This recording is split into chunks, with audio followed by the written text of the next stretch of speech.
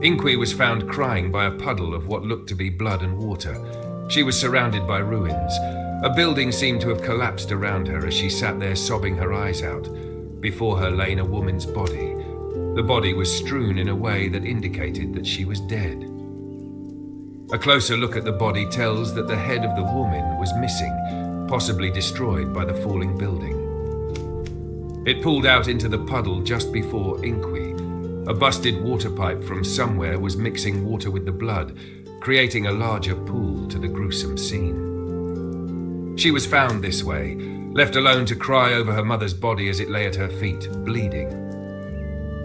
She wished there was a better outcome, that she had been the one who was crushed under the building instead of her dear old mother. It was like living a nightmare she couldn't wake up from, and it would be her new life. She cried and sobbed, knees hugged at her wet face. She didn't know what to do with herself next. With both her mother and father gone, there was nothing left for her. She contemplated death, but was too scared. That's when her prayers were answered for her. Along came a Handwritten boy. He had silver hair and Handwritten ears and tail. His eyes were a brilliant yellow and seemed to pierce straight into you with ease. He asked her why she was crying. Inque, with teary eyes, pointed at her mother's body and cried even harder. Before she could fall back into the pit of despair, she felt a warm hand touch at her shoulder, which immediately stopped her crying. She looked from the hand back to the silver-haired boy, who then extended his hand out to her. With hesitation, Inque looked at the offered hand before she would take it into her own. The Handwritten boy smiled and helped Inque up to her feet. "My name's Maul. You can come with us. Me and my brother also lost our parents in the crash. It's just us now, but you can be a part of us too." And just like that, Inque was accepted as a Sterlin, as a younger sister. Inque was relieved to have found others like her, and the fact that they were of Handwritten too made things better for her, for it was always good to be safe in numbers, and Handwritten were especially good at that. Having lost both her parents, Inque truly felt like those buildings were her world, literally fallen around her. But now she had Maul and his older brother Sai, whom she also quickly took to, seeing both as her brother, with Maul secretly being her favorite, possibly because they were around the same age, she thought. The sudden outbreak of the miasma didn't make things any easier for their lives. Not only did it affect her emotionally, but her health as well. Her once purple-tinted Handwritten fur was now beginning to fall away, showing green skin underneath, and her eyes took on a yellow change in color rather than purple. Many believed that she had rabies, a common disease amongst the Handwritten kin, and tried to kill her off, as rabies was a highly dangerous and life-threatening sickness. Thanks to Maul and his older brother, she had the protection she needed to survive in the plagued city that was Yorleng. She went everywhere her Sterlin brother went, and where she couldn't go, like hunting with them, she'd insist that they take her along, or else she'd cry. She even relieved herself like they did, thinking and wanting to be as close to them as possible. One day, Maul would come back from his scouting route to introduce another Handwritten to the crew. He had red, smooth-looking hair and yellow eyes, not as stark as Maul's, but they seemed to glow and give the same impression if he were to look at you. His name was Ace, and he proclaimed to be a great hunter of the wild. Inque already did not like Ace from the start. She didn't like the idea that someone else other than herself was a part of the crew, and feared that he would get in the way between her and her Sterlin brothers.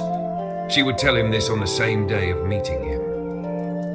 "I don't like you, and I never will. Don't get in my way. The Sterlins are mine, you hear?" Despite not knowing what she was talking about, Ace agreed with no rebuke about it and left Inque alone. This, however, would not stop Ace and Maul from spending time with each other. They seemed to enjoy each other so much that they would spend the entire day playing. This, of course, angered Inque, but she could do nothing about it but watch as her favorite brother drew further and further away from her. So much so that she began to cry over the matter. Whenever Maul and Ace were together, Inque was left with hanging with her older brother, Sai, who did not talk much. He didn't talk a lot in general, which made it difficult for Inque to be around him. It's a bit challenging to strike a conversation with someone who isn't responsive the way you'd want them to be. That's why Inque was so attached to Maul, But now that Maul found someone new to play with, he had forgotten all about her. During those lonely days, Inque would become more and more grateful towards Sai, who, regardless of his lack of speech towards her, he still stood by her and protected her like an older brother should, and she loved him for that. There would be a time where Inque would get flustered over Maul choosing Ace over her. She blew up in a tantrum, stomping her feet and on the verge of tears. She went to Sai and asked why Maul was choosing to ignore her, to which Sai explained to her that it was just normal. But why? Just because I'm a girl, I have to be butted out? Well, yes. Inque looked betrayed. It shouldn't matter, I'm his sister so he can see me as a boy too, right? That's not how it works, it's simply biology. Biology? For hours, Inque listened to Sai teach her about biology and how it affected life as a whole. He would skim over some parts that made Inque's ears turn red from embarrassment, but by the time he was finished, she felt that she had a firm grasp on the subject and wanted to learn more. Sai gave her a book he found while on a hunt. It was a full lesson on biology, and Inque was all for it. She took to the book with eagerness and read page after page of information, some of which Sai had explained to her before, but in greater detail. The reproduction section was something she was highly fascinated about, but wouldn't tell anyone. It still made her turn red in the face, but she felt that she had learned so much and grew from it all. Because she had distracted herself in her studying, she was beginning to get used to things involving Ace's arrival and taking Maul from her. However, just as she was getting used to it all, along came another boy. He was called Dirge by Maul, and was extremely odd-looking to Inque. He was tall and had pale blue skin. His eyes were red and seemed to stare into your very soul, nothing like how Ace or Maul will look at you. These eyes were the same eyes that her mother held, and they disturbed the young leper Hundin. It was like they were looking at something so horrific that it left them in shocking awe. She wished to remove them forever. She swore that this dirge was not of Hundin blood, but something else entirely. She wasn't quite sure what it was, just that he was different in all the odd ways.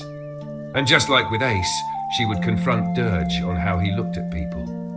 She sternly told him that he was creeping others out with his red eyes and wide-eyed look, and that he should work on changing that to appear more friendly to others. Just like with Ace, Dirge didn't understand her, which only annoyed Inque, but she did manage to get him to try and change. Inque would also observe how Dirge would follow Maul around like a lost puppy and listen to everything he said. She began to feel sorry for him and wanted to tell him that he should think for himself and not follow others around so closely. However, she did notice how happy the two were just being themselves this way, and if it made Maul happy, it made her happy.